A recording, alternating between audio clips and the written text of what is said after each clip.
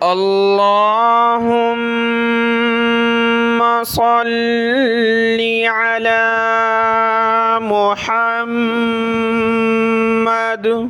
وعلى آل محمد۔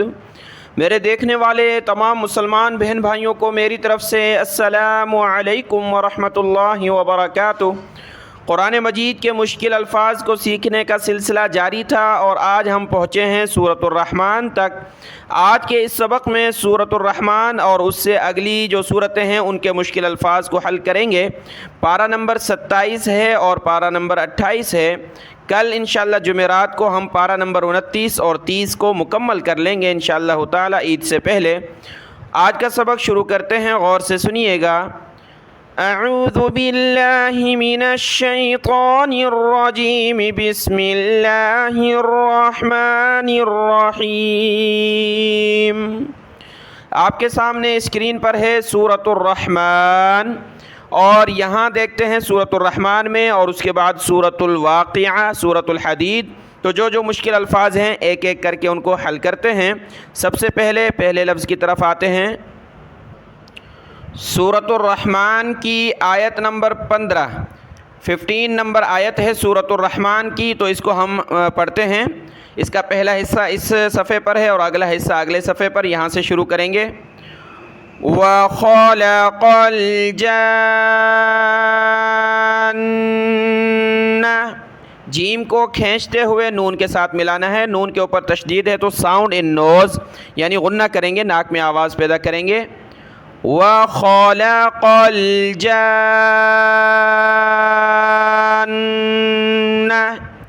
جَانَّ،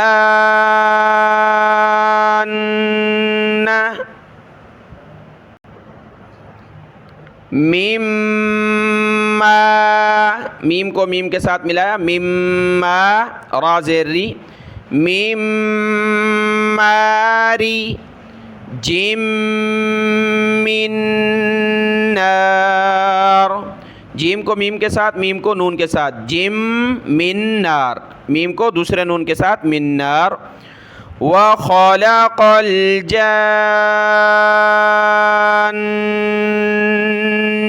مِن مَّارِجٍ مِّن نَّارٍ۔ آیت نمبر 15 مکمل ہوئی۔ آگے کوئی لفظ دیکھتے ہیں۔ سورۃ الرحمن کی آیت نمبر 29 ہے اور آیت نمبر 29 کے آخر میں جو لفظ ہے، اب یہاں پر وقف کا طریقہ تھوڑا سا مشکل رہتا ہے، اس کی ہجا کر لیتے ہیں۔ شین حمزہ زبر ش، یہ دیکھیں حمزہ ہے، الف کے اوپر زبر زیر پیش آ جائے اس کو حمزہ پڑھیں گے، اور یہ حمزہ ساکنہ ہوا کیونکہ یہ دیکھیں حمزہ کے اوپر سکون جزم ہے، تو حمزہ ساکنہ کو جھٹکا دے کر پڑھنا ہوتا ہے ورنہ وہ الف بن جائے گا۔ یہاں جھٹکا دیں گے، شین حمزہ زبر ش، نون دو زیر نن، شأنن، شأنن۔ جب رکیں گے وقف کریں گے تو آپ جانتے ہیں وقف میں آخری حرف پر سکون دینا ہوتا ہے، جزم دینی ہوتی ہے، تو یہاں پر اگر ہم نون پر سکون جزم لاتے ہیں تو اس سے پہلے والے حرف حمزہ پر بھی سکون جزم ہے۔ جب دو حرف سکون والے جمع ہو جاتے ہیں تو وہاں پر وقف تھوڑا سا مشکل رہتا ہے، اس کو سیکھنا ہوگا۔ شین حمزہ زبر ش، نون دو زیر نن، شأنن۔ اب وقف کریں گے تو حمزہ کو بھی ساکن پڑھنا ہے، نون کو بھی، شأن، شأن، ٹھیک ہے، ش حمزہ ساکنہ پڑھا، اس کے بعد نون کیسے پڑھیں گے؟ اب میں آواز نکالوں گا نون کی، اس کو سنیں، ن، صرف ن کہنا ہے، نہ زبر نہ زیر نہ پیش، نون ساکن، ن۔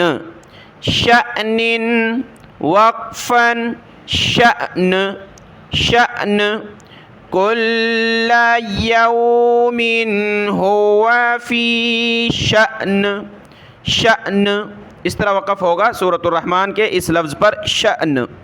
آگے لفظ دیکھتے ہیں۔ سورۃ الرحمن مکمل ہوئی، اس کے بعد ہے سورۃ الواقعہ۔ سورۃ الواقعہ کی آیت نمبر 35 ہے۔ آیت نمبر 35 کے اس آخری لفظ پر ہم وقف کرنے کا طریقہ سیکھیں گے۔ یہاں سے پڑھتے ہیں، اِنَّا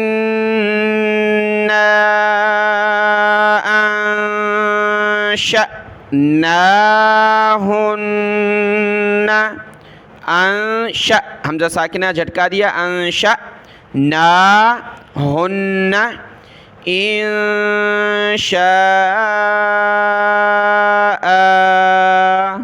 یہاں وقف بہت سارے لوگ نہیں جانتے کہ حمزہ کے اوپر دو زبر کی تنوین ہے. حمزہ کے اوپر دو زبر ہیں. دو زبر والے حرف پر جب وقف ہوگا تو الف کے ساتھ رکیں گے. انشاء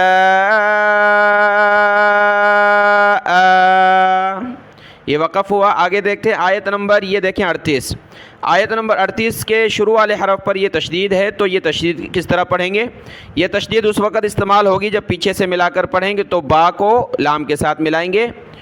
عروبا اترابا لاصحاب الیمین.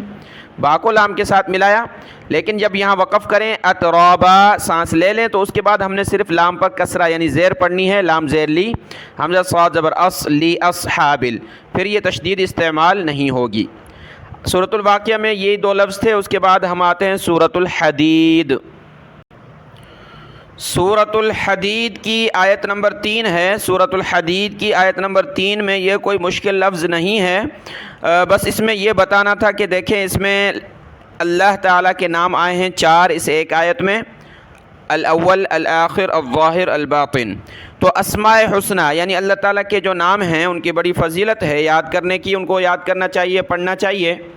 تو بہت سارے بہن بھائی جو ہے مجھے سناتے بھی ہیں تو ان کو یہ پریشانی ہوتی ہے کہ انہوں نے جب سنا ہے کسی کو پڑھتے ہوئے, عرب جو پڑھتے ہیں یا دوسرے حضرات جو موبائل میں یا کسی ویڈیو میں سنتے ہیں تو وہ ملا کر پڑھتے ہیں اول والآخر والظاہر والباطن آخری حرف کی پیش کے ساتھ.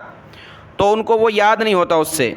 تو اس طریقے سے تو ہم نے بھی یاد نہیں کیا. ایزی طریقہ اس کا وقف کرنے کا, وقف کے ساتھ پڑھنے کا طریقہ آسان ہے. اور مجھے بھی الحمدللہ سارے نام یاد ہیں, ان کو پڑھتا بھی ہوں, اللہ قبول فرمائے. تو وہ میں پڑھتا ہوں آخری حرف کے سکون کے ساتھ. الرحمن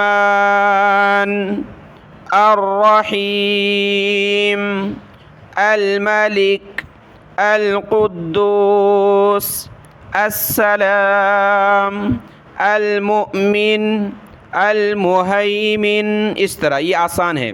بہت ساری بہن بھائی کیا یاد کرتے ہیں اول والآخر یعنی الرحمن الرحیم الملک. تو یہ پیش لگانے کے ساتھ تھوڑا سا ہارڈ ہوتا ہے, مشکل. تو یہ آیت سامنے آ گئی تو اس وجہ سے میں نے کہا آپ کو یہ ایک نصیحت کر دی جائے, سمجھا دیا جائے. تو آپ اس کو, یہ تو قرآن مجید کی آیت ہے, جب اسماء حسنہ یاد کریں تو اس کو یاد کر سکتے ہیں. الاول الآخر الظاہر الباطن, اس طرح وہ اسماء حسنہ آپ یاد کر سکتے ہیں. آتے ہیں مشکل لفظ کی طرف. سورۃ الحدید کی آیت نمبر 27 ہے. 27 نمبر آیت سورۃ الحدید کی. وہاں یہ چھوٹا نون آتا ہے تو اس کو ہم پڑھ لیتے ہیں.